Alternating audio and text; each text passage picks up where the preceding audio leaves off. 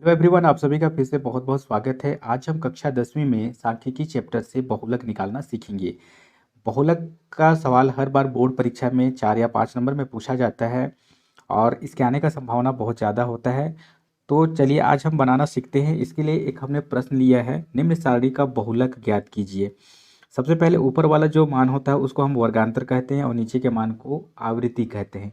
इसमें हमें देखना क्या होता है कि जो सबसे अधिक आवृत्ति होता है उसे हम बहुलक की आवृत्ति कहते हैं। जैसे इस पूरे मान में देखेंगे तो 30 सबसे ज़्यादा है, तो हम यहाँ से लिखेंगे और जो हम लिखते हैं देखेंगे उसी को हम लिखेंगे। तो यहाँ लिखेंगे, यहाँ सबसे अधिक आवृत्ति 30 है, तो ये 30 हो गया। जो वर्ग, अब इसको देखना है कि ये 30 किस में आता है, कौन से वर्ग में आता है। तो यहाँ पर देखते हैं ये 30 40 में आता है। जो वर्ग 40 और 50 में आता है, तो हम यहाँ पर लिखेंगे 40 50 में आता है। अतः बहुलक का जो वर्ग होगा वो 40 और 50 होगा। तो हम लिखेंगे बहुलक वर्ग 40 50। अब इसमें कम वाले मान को हम क्या कहते हैं, L कहते हैं। तो यहाँ से हो जाएगा L बराबर 40।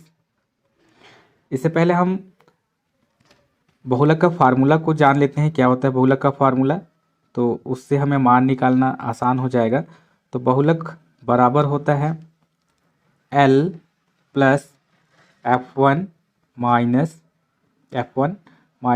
F0 बटे में 2F1 minus F0 minus F2 और गुणा H होता है।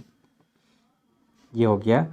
अब जैसे यहाँ पर कम वाले मान को हम क्या बोलेंगे, L बोलेंगे। उस कभी कभी इसको L1 भी बोलते हैं, इसको L2 बोलते हैं ज़्यादा वाले को। तो हम यहाँ पर L बराबर 40 लिखेंगे। अब इस सारणी को देखने के बाद में जो सबसे अधिक आवृत्ति होगा उसको हम F1 मानेंगे। जैसे यहाँ पर मैं F1 पहले से लिखा हूँ। F1 की जस्ट बाद में क्या आएगा, F2 आएगा। तो हम इसको क्या मानेंगे, F2 15 को F2 मानेंगे।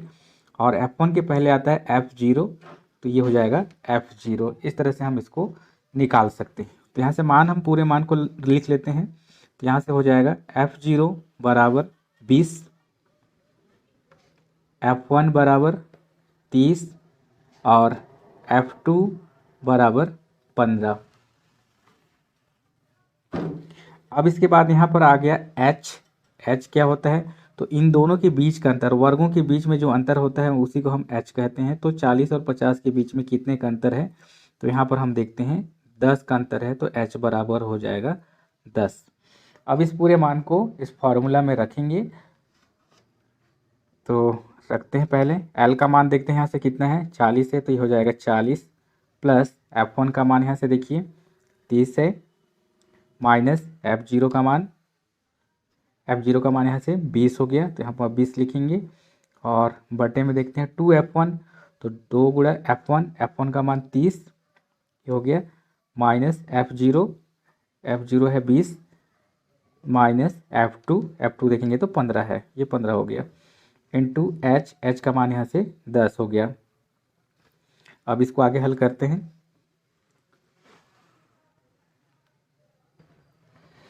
तो ये हो जाएगा 40 प्लस 30 में 20 घटाएंगे तो 10 आएगा, और बटे में 30 दूनी 60 हो गया, माइनस 20 और माइनस 15, ये माइनस 35 हो जाएगा, और गुणा 10।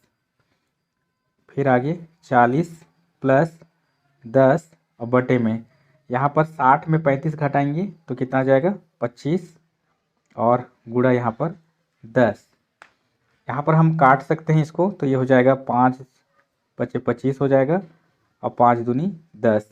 यहाँ से फिर से कटेगा तो 5 एकम ये 5 और 5 दूनी 10 हो जाएगा। इसी के आगे लिख लेते हैं यहाँ पर। तो ये हो गया ये 40 प्लस, यहाँ पर देखते हैं तो 2 गुणा 2 बचा हुआ है, तो 2 गुणा 2 कितना हो गया, 4 हो गया। तो यहाँ पर हम 4 लिखेंगे, और बराबर में देखते हैं तो अपने पास आ गया 40 प्लस 4 बराबर, ये हो गया 44।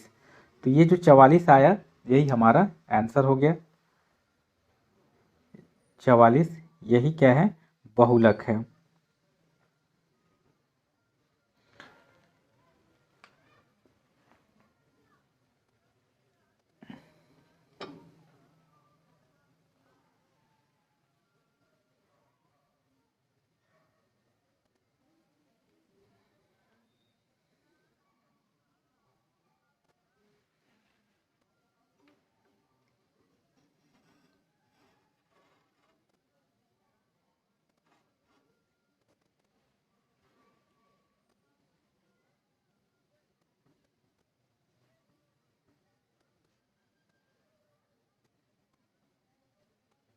तो इस तरह से बहुलक बराबर आ गया 44, यही हमारा आंसर हो जाएगा। तो इस तरह से हम बहुलक के सवाल को हल कर सकते हैं बहुत आसानी के साथ में। अगर वीडियो अच्छा लगा होगा तो लाइक और सब्सक्राइब जरूर करें। मिलते हैं एक नए वीडियो में, तब तक के लिए जय हिंद।